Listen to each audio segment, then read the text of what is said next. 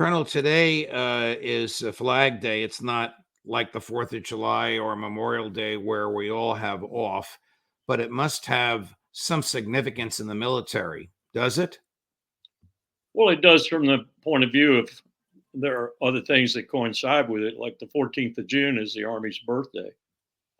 And that's a very celebrated day, just as the Marine Corps. I think it's 10 November for the Marine Corps, just as their birthday is a very celebrated day.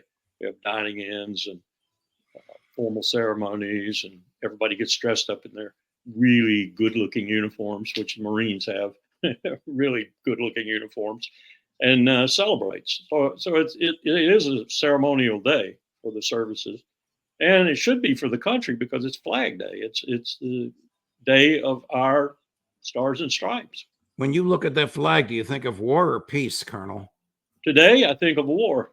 I think of war, and it's not because I've seen all the battle flags, including that huge one that we had over the dinner party we had at State that flew over Fort McHenry.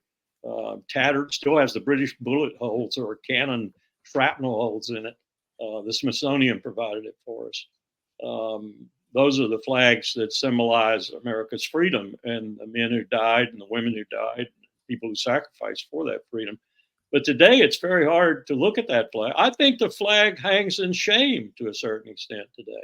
The last 20 years have been just miserable in terms.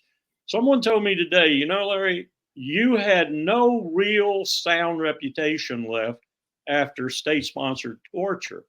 Let me tell you what you've done with Gaza. It's in the grave. It's in the grave. I think he's right. This show starts each segment with the American flag with the phrase personal liberty, limited government, and peace. That flag doesn't stand for any of those any longer. I had a long conversation on my Newsmax show, which is on the weekends. We taped it this morning with Congressman Thomas Massie. Tells me you could count on one hand the members of Congress who believe that the Constitution actually restrains the federal government. I doubt there's probably a dozen.